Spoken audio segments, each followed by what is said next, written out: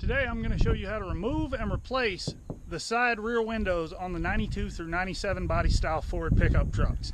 It's a really easy job to do, but a lot of people get nervous dealing with automotive glass, so I'm going to show you how easy it really is. You don't need that many tools. We're going to start right here in our old F-250, and the first thing you have to do to get this glass out is remove your seat belt anchors. Now to get these off, you just pull down on the cover and then work the cover off the little loop there. Then take a T50 Torx and just buzz those right out.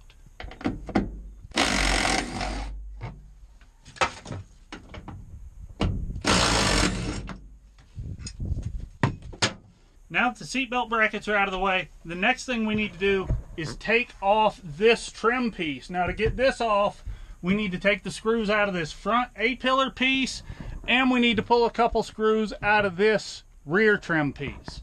These are all Phillips head. There's not that many of them. It's really simple.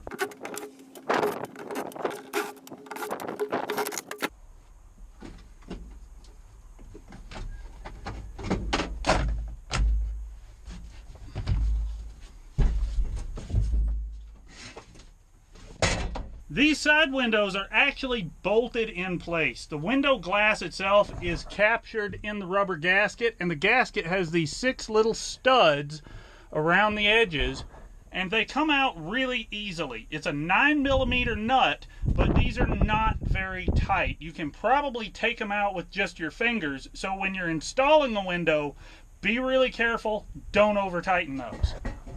These are all just barely finger tight. Like, I'm going to spin this one off by hand just to show you, but then I'm going to zip the rest of them off with the impact just for the sake of time.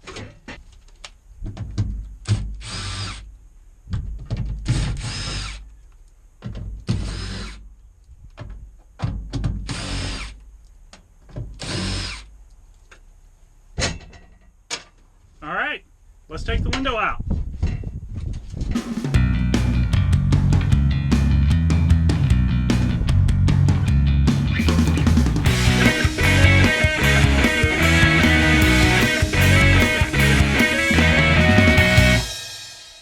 We're back in the garage ready to install our good window, and if you noticed when we removed the old ones, they had some black caulking looking stuff around the edge. Well, that goes right here on this little lip outside the bolts, but inside the big corner there, that lip.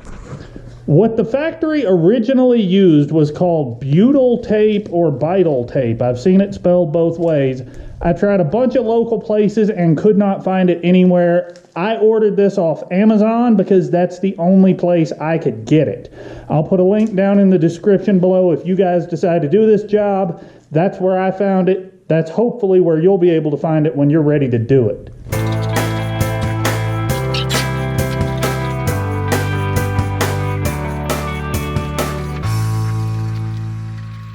You'll take this stuff and just form it around the outer edge here. One thing I would advise is put your joint on one of the sides. This era truck is bad about leaking water around these rear windows. On my 97 F-250, this truck was a plow truck used commercially by a landscaping company, and it rusted out so badly down here, all this had to be cut out and quote-unquote repaired. It is a solid piece of metal now, even though it's not that pretty. You want to avoid that happening in future on this truck and your truck, so make sure you use this caulking stuff. I overlapped the 2 ends by a couple of inches and just smashed it together with my fingers. That may be more than what's necessary, but my thought is it can't hurt. Putting your new window in is the exact opposite of what we did to take it out. Note, these front 2 bolt holes are actual holes that are drilled through. All the rest of them are slotted. So line up the front 2 first, then you can kind of play with the bolts, because the bolts are a little bit loose in this gasket.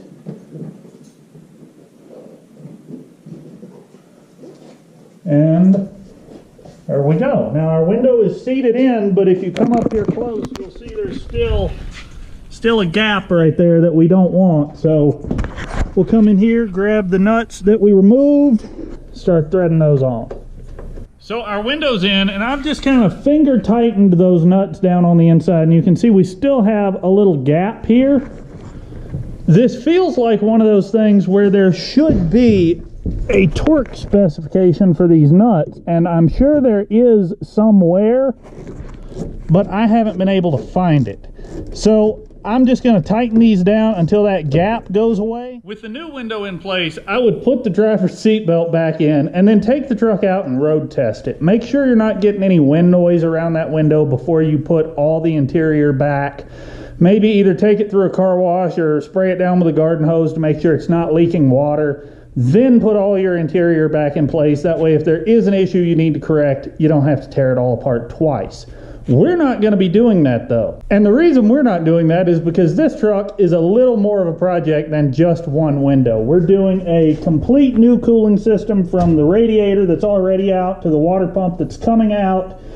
We're doing all the hoses and rubber in between there. We're doing not only our upper intake gasket, but also our leaking lower intake gasket, and then anything else we come across while we're getting this truck ready to go to its new home. Once we get done with this, I've got a 99.73 we're going to be pulling in. That truck is going to be getting a major overhaul, but we're going to talk more about that in the future. If you guys are into these truck projects, mechanical stuff, ranch work, go ahead and hit subscribe. If you found this video useful, please hit like. Thank you for watching, and more later.